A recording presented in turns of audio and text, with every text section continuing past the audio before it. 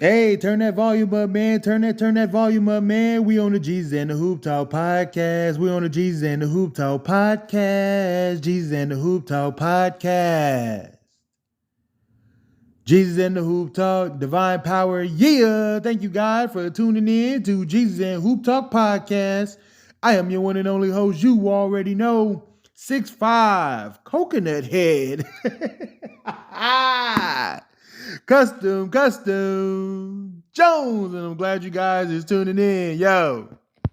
All right, so the clip I'm about to get ready to show you is about to be LeBron and Cameron Payne getting into a little verbal altercation on the court or whatnot. And if anybody played any type of basketball, any serious level of basketball, you know that once one person gets to talking trash, it's only a matter of time till somebody on the other team gets to barking back. And you can be talk trash too if you're on the bench, if you're in the stands, if you're on the sideline. If you open your mouth, you better know what comes with that, because obviously Cameron Payne didn't know what was coming when LeBron opened his mouth and kind of shut him down. Take a look at what LeBron said. And I thought LeBron won the verbal argument, to be honest with you. I think he just smashed him with the comment that he said. But let's go and take a look at what he said, because I want to look at both angles, Cameron's side and LeBron's side. Let's go and take a look. Let's start talking shit now. Stay humble now. Stay humble. Come on now. Nigga, you was at home a year and a half ago. Now you want to talk off? Come on, don't do that. Now you want to talk off, nigga. That's that. Okay. All right, nigga. Stay humble. Come on now. Nigga, you was at home a year and a half ago. Now you want to talk off? Come on, don't do that.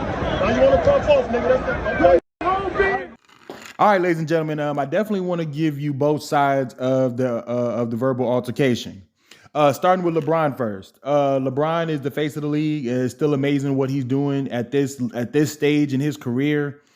And a lot of people a lot of young bucks are feeling like, oh, I can come at LeBron. Okay, whatever the case may be. LeBron responded beautifully. I think he responded the way he was supposed to respond. And to be honest with you, the list of LeBron, I can't even get my words out. Couldn't even get my words out. This is the LeBron that I like. The one that ain't scared to get on your line about no nonsense. We ain't got to worry about no cameras or none of that, but you get to run in your mouth. I'll come over here and knock you out with a triple-double. You hear me? I can see how LeBron responded. I think he had the perfect response. I don't know who started it first, but it's the fact that you engaged into a verbal altercation with LeBron.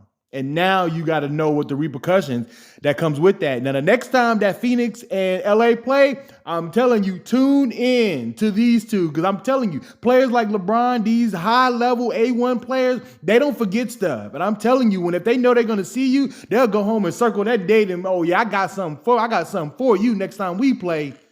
For real. Let's move on to Cameron. Cameron Payne hasn't been in the league for almost a year and a half. And as you see, LeBron just mentioned that. And LeBron makes a very good point. It says, look, you better stay humble, because a year and a half ago, you wasn't even in the league. You didn't even have a job. And yet you make it to one finals. And then all of a sudden, you the man. You feel like you could just run your mouth to whoever. Cameron Payne's a young buck. And I know it sounds kind of strange, and I don't want to sound like much of a hypocrite, but I like this from the young buck. Going at the big dog. Let him know, hey, I'm not no punk. Hey, I work for my job just like you, even though you may be a little better. But I work for my job just like you. And I'm coming out here doing my job just as well as you doing yours, regardless to who you are, man. Now, with that being said, I do want to give credit where credit's due. LeBron said, look, you got to be humble, man.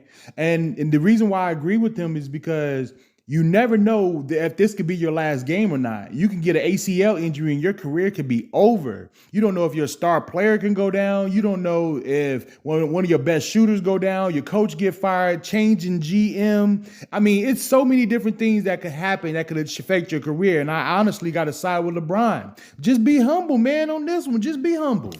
All right, ladies and gentlemen, let's wrap up with the conclusion. I want to say thank you to all my subscribers that has been supporting the channel. It really just means absolutely a lot to me. When you definitely get a chance, go check out the www.redsrealranch.com and definitely go on over there and check out some gear from my sponsor, man.